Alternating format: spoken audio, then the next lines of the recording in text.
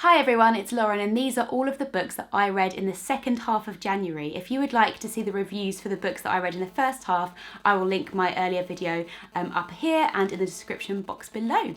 So the first book that I read in the second half of January was Kissing the Witch, which is a collection of short stories by Emma Donoghue. I read this because this was the pick for January for the Feminist Orchestra Book Club, which is a book club on Goodreads run by Jean. I will leave a link to the book club in the description box below if you'd like to check it out and join us. And this is a collection of fairy tale retellings, but the way it's structured is almost like a series of Russian dolls because each story, as it ends, goes backwards in time. So for example, the first retelling in here is of Cinderella. At the end of the Cinderella story, Cinderella asks the fairy godmother, "Who were you before these events?" And the godmother tells her story, and that might be a retelling of Snow White, say, and it goes back and back and back, and the way it's written is like you can't put it down because at the end of each story you're just interested to find out the next one.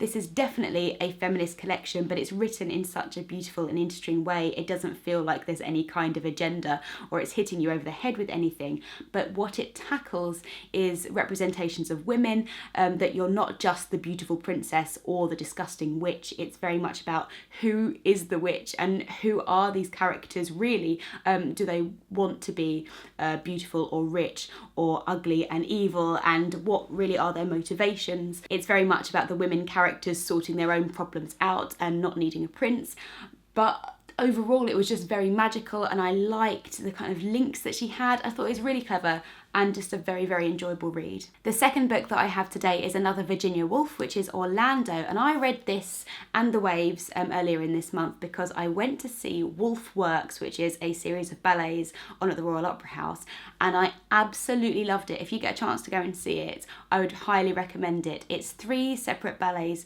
based on Mrs. Dalloway, Orlando, and The Waves, and each dance was so different because Mrs. Dalloway is quite narrative driven. That ballet, you could definitely see the plot of Mrs. Dalloway happening. Orlando was really modern, really abstract, and The Waves, which I think was my favourite, was just so beautiful. There's loads of dancers on stage making wave-like movements with their bodies and in relation to each other. Just fantastic, would really recommend it. But getting back to Orlando, this is completely not what I thought it was going to be. I knew that the story of Orlando was about a man who one day wakes up and finds that she's a woman. So I thought this was going to be quite abstract and modern, but really it reads like a fable or an old-fashioned tale. Orlando is born in like the 16th century, and we go all the way through the ages, and then we end with him as a woman in the 1920s, and it's very, it is abstract in that sense that some people age and die and some people don't, and it's very much a comment on gender, on sexuality, on society. Virginia Woolf is very funny, very wry at moments in this, and I really liked what she was doing. However, it's written for me, quite clunkily, quite old-fashioned. It's only about 200 pages, but I felt like it could have been even shorter because it's not easy to read. And since it is like a fable or a moral tale, I felt like that could have been done a lot more succinctly. But sort of looking back on it, I did really enjoy what she was doing with it, and yeah, I'm really pleased that I read it. I wouldn't necessarily recommend it as a first Virginia Woolf, but it's unlike anything else of hers that I've read, which I feel like every time I read a Virginia Woolf, that's what I think. The next book that I read is Mama Can't Raise No Man by Robin Travis, who is a debut fiction writer. Robin Travis did write a book previously, which was about his time in gangs and coming off of the street. So this is his first foray into fiction. This is about a young man called Dwayne who is in prison, and the way this book is written is that it's court transcripts and letters and phone calls between him and his mother, sister, friends outside of prison. And the themes in this are very interesting. It's ponderings on what it is to be a man.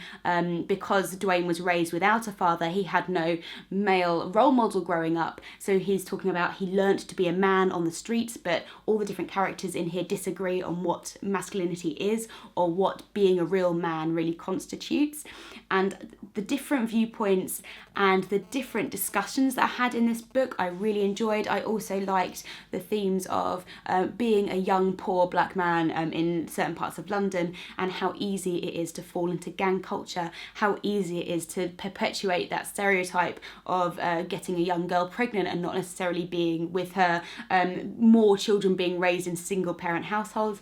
I really, really loved that. One problem that I do have with the book is that I feel like it was only written as a series of letters in order to hide the fact that Robin Travis isn't the strongest writer. But what I think he's very good at is writing the characters that he knows really well, and then when he's writing perhaps a court judge, I just didn't believe in that characterisation, and the things that the judge was saying, I just don't feel like that would happen in court. But then when he's talking about the everyday people, I feel like I was really on board with it. So I think that's going to happen when someone first starts writing fiction, so that's not necessarily a criticism, but I would go into this book if you are really interested in the themes that it raises. I wouldn't go in expecting some like amazing writing style necessarily. And then the most recent 2 books that I've read were for Diversathon, which was back again in the last week of January, and the first book that I read for that was The Good Immigrant, which is a collection of essays curated by Nikesh Shukla, and this is full of BAME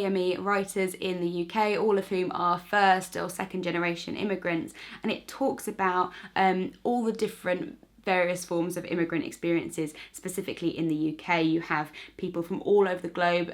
There's topics which look at the differences in Asian, South Asian, East Asian, Southeast Asian, and kind of the way we like to compartmentalise people. There are essays on the different shades of colour that you are, and therefore which communities welcome you. So for example, you could be perceived as being too pale to fully participate in some aspects of African culture, even though you might have African heritage, and it's kind of the way everybody's perceived. What I really enjoyed about this is that there are big issues of race that we are aware of, right? Like, we know racism exists, but this is about everybody's nuanced experiences and how everybody experiences these slightly differently depending on what kind of heritage they might have. People might have mixed heritage, people might be from different parts of the UK.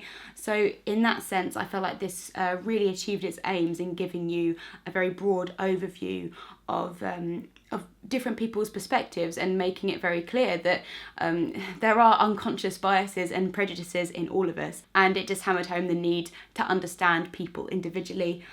So yeah, I would really recommend this. I think it's a very interesting collection. And the final book, which I just finished today, is a collection of short stories which I really, really enjoyed, and that is Whatever Happened to Interracial Love by Kathleen Collins.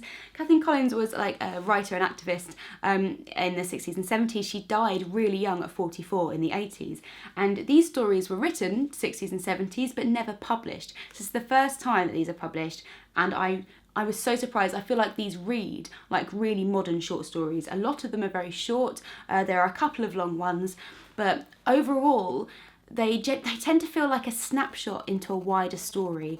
And because there's so many of them and they're all quite short, I feel like each story is just solidifying a piece of Kathleen Collins's personality into me, and I feel like overall I'm just getting like a general theme of what she's writing about. So I really enjoyed this experience. Unsurprisingly, race plays a major part of a lot of these stories, but it's kind of about a lot of things about class. There's definite themes of colorism in here, which is the scale of superiority from being a light-skinned Negro compared to being of a darker person who looks like any other coloured girl. She uses phrases like that, which is really interesting. The title story is quite a long one, which is about a group of black and white and mixed people, young people in New York in 1963, and she's looking back on this, and it's quite witty the way that she writes this story, talking about it being the melting pot. We were post-race, everyone was getting along, it was fantastic, racism was over, it wasn't an issue anymore,